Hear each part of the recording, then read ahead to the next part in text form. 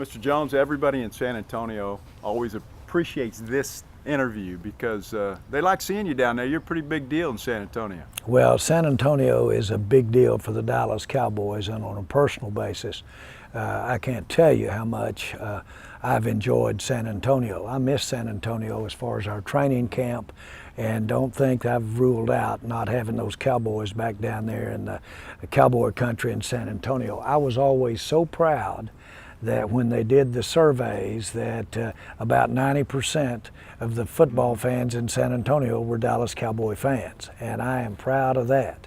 And so the best thing I think, though, I could do for San Antonio fans is get Zeke in here and get us a Super Bowl. Well, I was going to mention that because at the State of the Cowboys address the other day, you're always a positive guy, but you were really positive and you weren't worried about it. I think you put a lot of fans' minds at ease that this is going to work out the way it's supposed to work out. Yeah. Well, I always like to allude to is business going on as usual? Do we have a fire alarm here? Should we be overreacting? The facts are this is the way pro sports is, especially in the NFL today. And you have contract adjustments going on all the time. And you have it with players that don't make the headlines. And it's continually going on. And those are contracts many times that are in place that you could easily say, well, you have a contract, because they want to discuss that. Sometimes there's an area where it's good for both parties, both the Cowboys and the player, to look at an existing contract. That's what we're doing with Zeke right now. But it's nothing to basically think the world is coming to an end. Fundamentally, at this training camp, without Zeke here, we're going to get to look at those two young rookie running backs. There'll be other things we can do with our offense that we really should be doing. We should be looking at a lot of offense that doesn't have Zeke featured.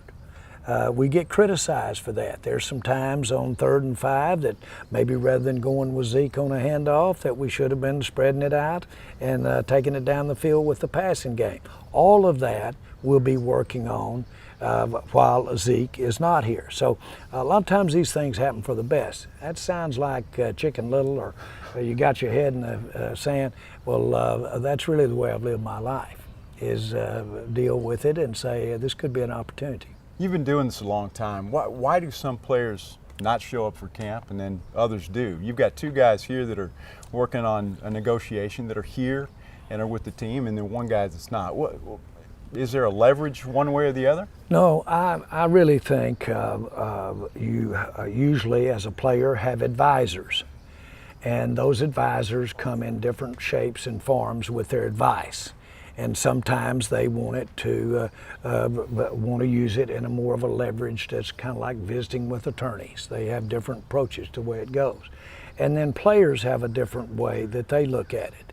And none of it's wrong, but none of it's right.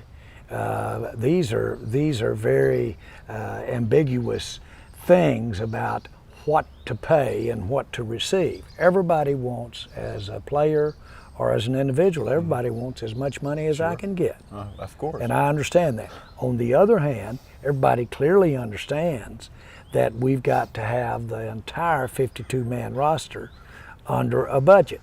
And so that if somebody gets more than you should have or could have not paid them, then that doesn't leave enough to keep our linebackers or enough to keep our safeties or enough to keep our pass rushers.